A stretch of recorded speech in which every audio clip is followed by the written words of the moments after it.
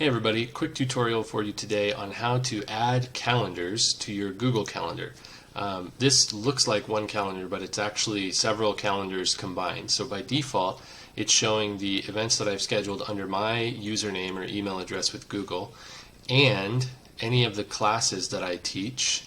And my students actually will be able to see the classes they're enrolled in as well. So that'll show due dates and things like that I've put in there. If I put an assignment that's due tomorrow night at 11:59 p.m., that'll show up on their Google Calendar and also mine.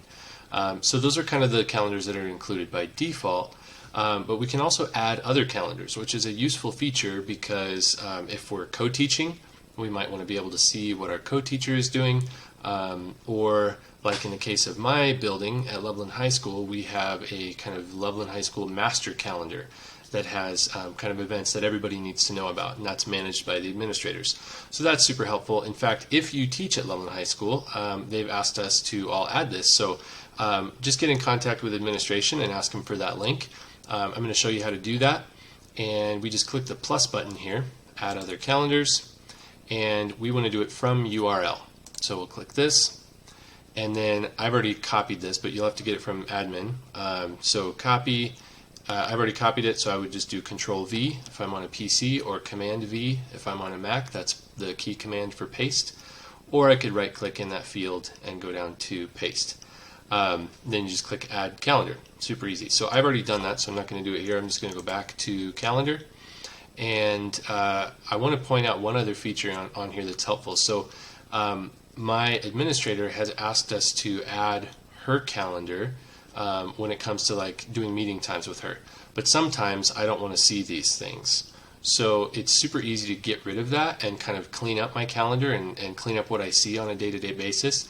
And essentially I just uncheck the button for that calendar. So for privacy, I'm not going to show you what that calendar is called, just in case she doesn't want her name out there. So I'm going to pause that, and then I'll uncheck the box. It looks just like these ones. I just have to scroll down a little bit to get to it. So I'll uncheck that box, and then it'll go away. I'll show you what that looks like in a sec here. Okay, now I've unchecked that box, and that was just one box that I unchecked, and you can see how it cleared things up significantly. So that's a great feature as well, to be able to kind of simplify your life. You can have access to lots of calendars at the same time without actually seeing them all at the same time. So one other feature I wanted to show you is how to add a person's calendar, one single person.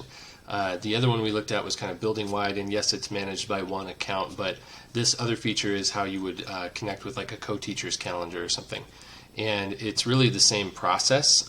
You could even do it by URL like we did before, but we're just going to click that plus icon again in the lower left corner and go to subscribe to calendar.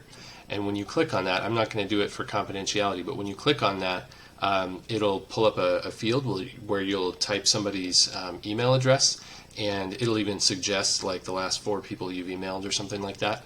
But you can type in anybody's, and then it'll kind of make sure you both agree and all that, and then again you have the option to check that box or uncheck it when you want to see it or not.